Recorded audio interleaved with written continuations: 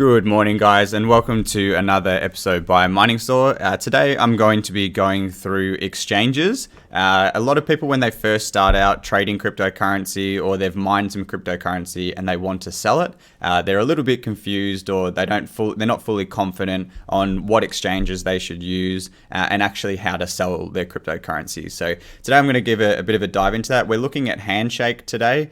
This is a coin that a lot of our members are mining on their FPGA miners at the moment, and this video actually spruced from one of our members coming to me and saying, hey, I noticed something a little bit funny when I was trying to sell my Handshake coin. So let's get into it. The first website that I'm starting on is CoinMarketCap. This is always where I go to just to get an overview of things and have an understanding of what the coin's doing and what exchanges it's actually trading on. So if you go into CoinMarketCap, I'll leave the link in the description below, and you just search up the top here the coin you're looking for. So I typed in HNS, which that's coin's code or Handshake. Click on that. It's going to bring up a chart of the coin. It's also going to have these options here, okay? So if we left click on here and we go adjust it by volume, this is going to tell us the exchanges that Handshake is actually trading on. Hotbit is reporting that they're doing around about $9 million of volume. Just be careful, guys. If you've never heard of the exchange before, Hotbit is quite a large exchange, but if you've never heard of the exchange before and it's showing ridiculous volume, I'm going to show an example of this later on. But yeah, just don't go to an exchange just because it has the largest amount of volume. Some exchanges can fake their volume by just doing heaps of micro trades, buy and sell, buy and sell, buy and sell, and that pushes volume up and makes them look more reputable. Yeah, basically try to do a little bit of research. Over time you'll know which of the main exchanges, we use Mine Digital for our BTC and Ethereum trades, and you've got exchanges like Binance, Bittrex. There's these big exchanges as opposed to small exchanges which are just pumping up volume. Anyway, so basically once you've sorted it by volume, you can have a look. A lot of our guys are using Namebase as the exchange where they're having their miner send the coins to, and then they're selling it on Namebase. And a few of the guys are also using Hotbit, okay? So once you've done that, you can left click on these and it'll open up the exchanges. So this is Namebase here, and this one is Hotbit. And what I want to run through is trying to understand these, what we call order books on the side here, okay? So when you're looking to sell some coin, what you can do is you basically can have a look at the spread. The difference between what people are willing to sell, these are all the people willing to sell their coins, and these are all the people willing to buy.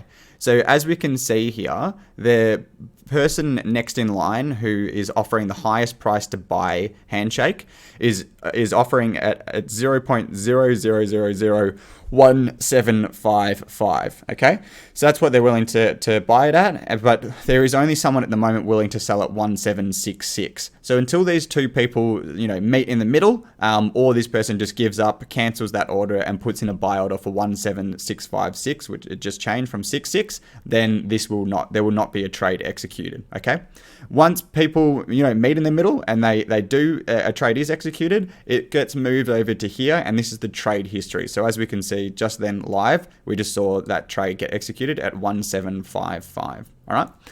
Just be wary, if you're on an exchange with really low volume, there's not much people transacting on there, and there's not much volume in the order books of people willing to take prices at various points.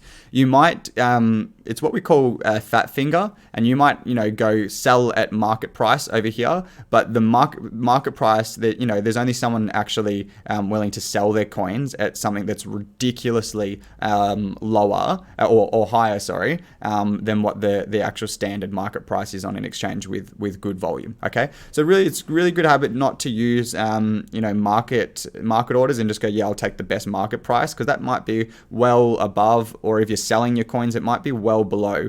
You'll often see on small exchanges people just having these ridiculous orders. Say for example Bitcoin, a coin that we all know, it's around at about $7,200 today.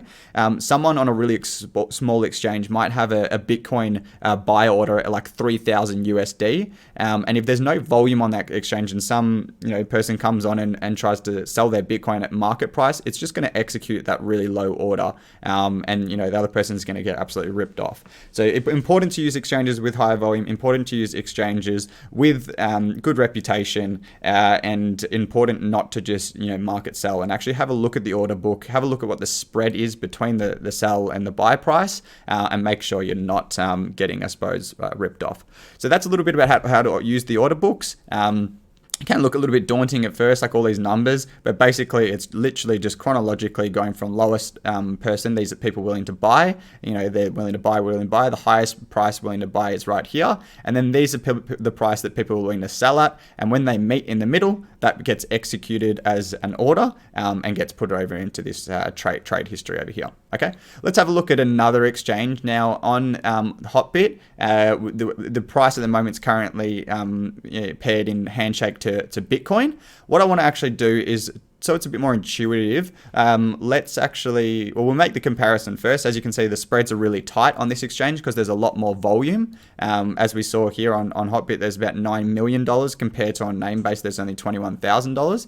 Namebase is still not too bad at all, but it would be, as you can see here, the quantity of coin that people are selling at this price, there's only 152 coins being sold at this price. There's only 80 at this price. When we come over to Hotbit, there's 23,000 coins being sold at this price. There's 15,000 coins being sold at this price. Someone's willing to buy 27,000. So you're going to find it a lot easier buying a large number of coins at one price. On this exchange, it'll happen a lot faster. Even if you put an entry order in to buy coins, say at this price here at 1715, there's a lot higher chance, or it's going to happen a lot faster, that people will bite into that, and your trades will get executed. Okay, so that's just something to notice, is just how much the volume of coins. They might have the same price, but there's only 75 coins willing to be sold here, as opposed to on Hotbit, there's 27,000 coins at 1726.